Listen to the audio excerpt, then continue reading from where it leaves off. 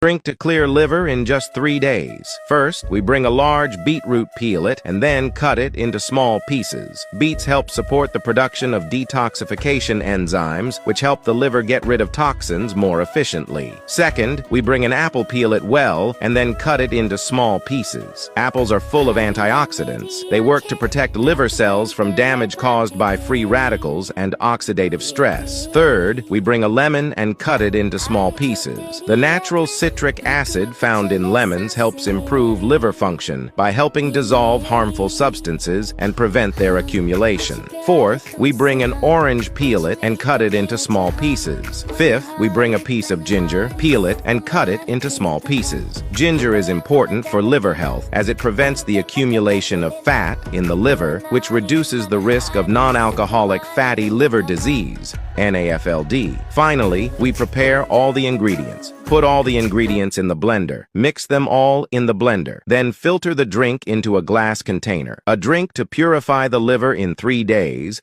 Drink it once in the morning and evening. You will find a magical effect. Write to me in a comment if you will try the drink and share the video with your friends and family, and do not forget to save the video. Thank you.